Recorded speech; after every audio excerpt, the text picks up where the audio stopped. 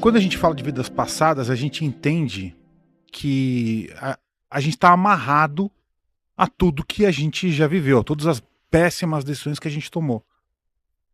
Sim, Não a tem como ação se libertar e disso, reação. Tem como porque é amenizar. muito erro.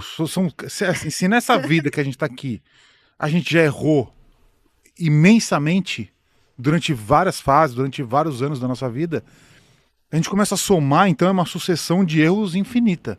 Quando que a gente vai se libertar? Quando que a gente vai ter uma vida verdadeiramente Ótimo, livre? excelente pergunta, Lê.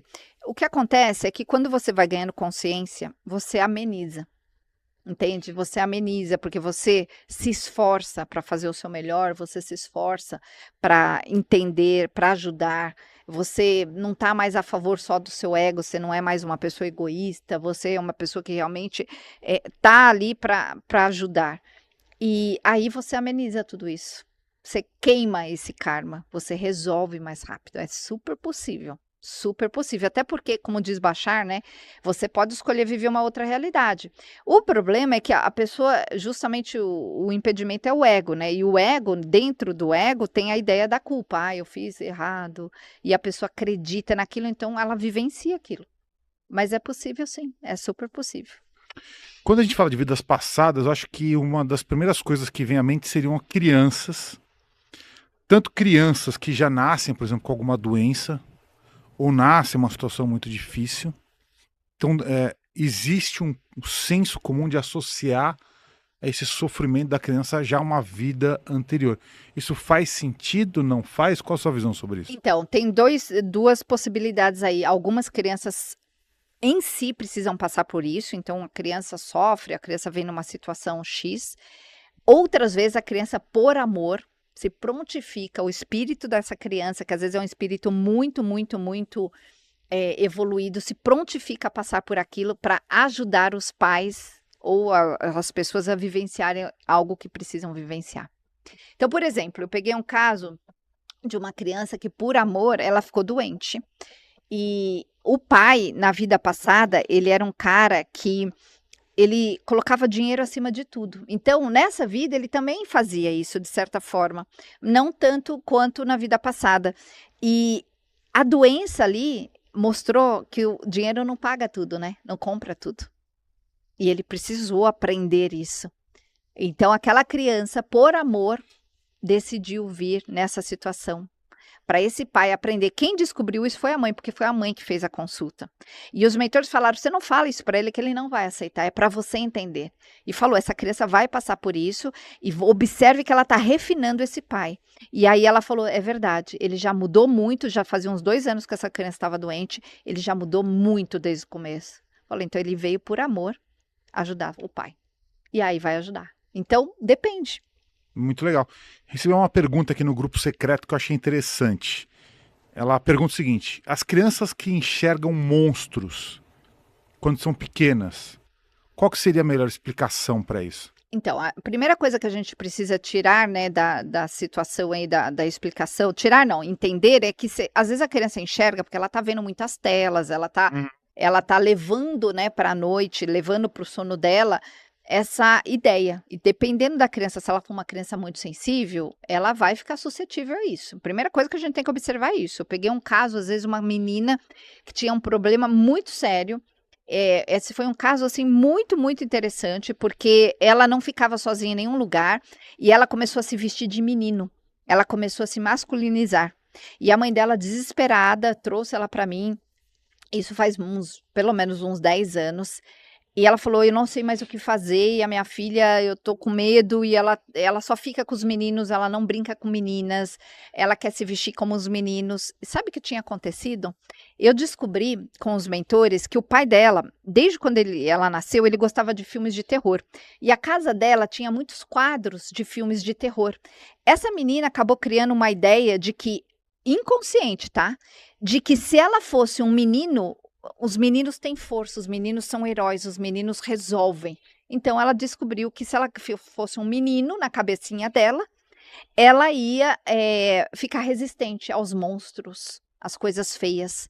E aí, enfim, quando eu entendi isso e descobri, primeira coisa, eu conversei com o pai e com a mãe e falei: você tira esses quadros da sua casa, porque a menina na época tinha uns 9 anos. Falei assim, tira, deixa só no seu escritório, ameniza isso, não faz a menina assistir, porque ele falava que ela gostava, porque ela se acostumou a assistir, mas aquilo ficava na mente dela, fazia muito mal. E aí, eu trabalhei com ela, daí eu usei um método muito específico meu, tem um método terapêutico, né, que aí não vai para a espiritualidade, apesar de eu usar a espiritualidade para me ajudar a resolver, o método, ele é baseado em epigenética, baseado, né, em programação neurolinguística, e eu fiz uns exercícios com ela, para ela se desconectar daquele medo. E aí ela se desconectou, e aí a mãe dela veio muito feliz, falou: "Minha filha pediu para pintar a unha, minha filha pediu para brincar com as amigas". Ela começou a viver a vida que ela tinha que viver, e tinha um motivo. Então tudo depende, sabe, Ali. Agora tem crianças que são muito sensíveis e que podem estar vendo o mundo espiritual. E se a criança estiver vendo o mundo espiritual, até os 7 anos é muito comum. Ela vê espíritos, ela vê várias coisas. E aí vamos supor que na casa seja uma casa com uma frequência muito baixa, as pessoas pensam de forma negativa, as pessoas brigam, as pessoas sofrem emocionalmente por vários motivos, por frustrações. Essa criança, ela pode estar enxergando aquilo que está extrasensorial ali e que ninguém está vendo.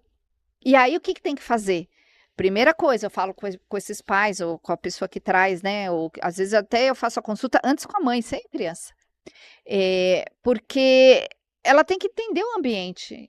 Aí a pessoa fala: meu marido faz isso, isso, isso, a minha sogra faz isso, isso, isso, a minha mãe faz isso, isso, isso, só reclama. Então o ambiente é tóxico energeticamente, espiritualmente falando. E às vezes a criança, ela tá somente vendo esses obsessores que acompanham essas pessoas ali no ambiente, entende? Então cada caso é um caso. Às vezes a criança fantasia, às vezes a criança, ela tá nesses pesadelos por causa de algum outro motivo, então cada caso é diferente. Teve uma outra pergunta que eu achei legal de criança aqui, que é o seguinte: por que os amiguinhos imaginários de crianças, dela coloca assim, geralmente mandam as crianças fazerem coisas maldosas? Você acha Depende. que faz sentido isso? Olha, eu acho que esse aí é um caso bem específico, né, porque, assim, geralmente os amiguinhos imaginários, na grande maioria, eles só brincam. Eles só brincam, Eles só né? brincam, É eles isso ficam mesmo. ali. Agora, se essa criança tá vendo um amiguinho imaginário que tá pedindo para fazer uma coisa maldosa Botar ali, fogo na casa, por exemplo. então, aí teria que ver, às vezes pode ser inimigo de vida passada, Uhum. pode ver se não tem obsessor, pseudamente como amiguinho que não é amiguinho. Então, tem vários casos. Esses casos ali a gente tem que ver como eu faço. A pessoa, quando ela vem fazer a consulta, ela traz, no caso, quando é criança, traz a foto da criança, né? Eu faço online as consultas.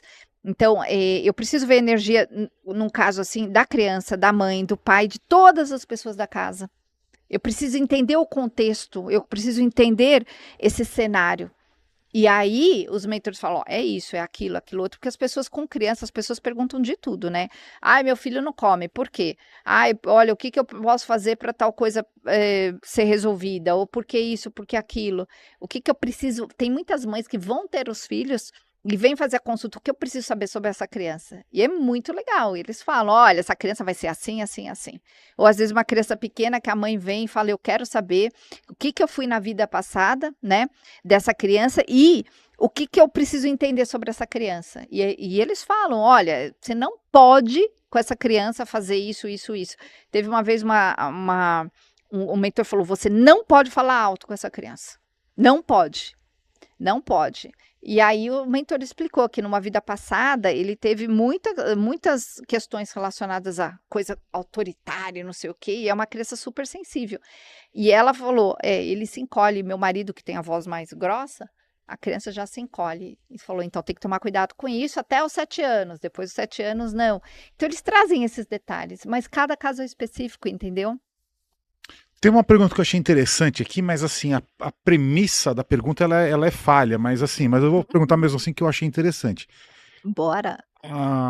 Acho que a Vieira, ela pergunta assim: considerando que já estamos em 2025, ou seja, que todos nós já tivemos muito tempo suficiente, muitas reencarnações, para a gente aprender tudo que a gente deveria.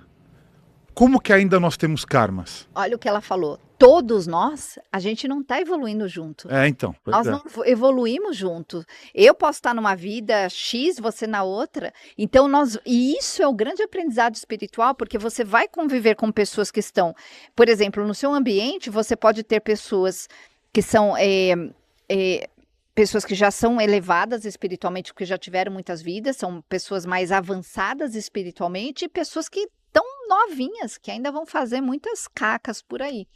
Então, nós não estamos todos no mesmo nível espiritual. Se estivéssemos, seria muito mais fácil, né? E justamente conviver com as pessoas que estão num nível mais baixo que a gente é um grande aprendizado, é um grande desafio. A gente tanto tolerar quanto ter paciência para entender que aquela pessoa está ainda aprendendo. Ontem mesmo atendi uma pessoa que ela falou, olha, o que eu faço com a minha mãe? O que eu faço com a minha mãe? E o mentor mostrou, olha, ela está num nível espiritual que você vai ter que ter paciência. E o mentor ainda falou, ela só vai melhorar nessa vida 20%. Falou, tipo, desiste, você quer uma mãe que não existe, aceita essa que dói menos. É mais ou menos isso que ele disse. Claro que não foi assim, mas eu expliquei isso para ela. Porque ela enxerga a mãe, ela fala, minha mãe faz tudo errado, minha mãe é isso. Eu falo, então, o mentor falou, o nível espiritual dela ainda não está avançado. E você tem essa mãe não é por acaso. E essa moça tem um nível avançado. E justamente o nível dela cai quando ela não tolera a mãe. Tá dentro de casa.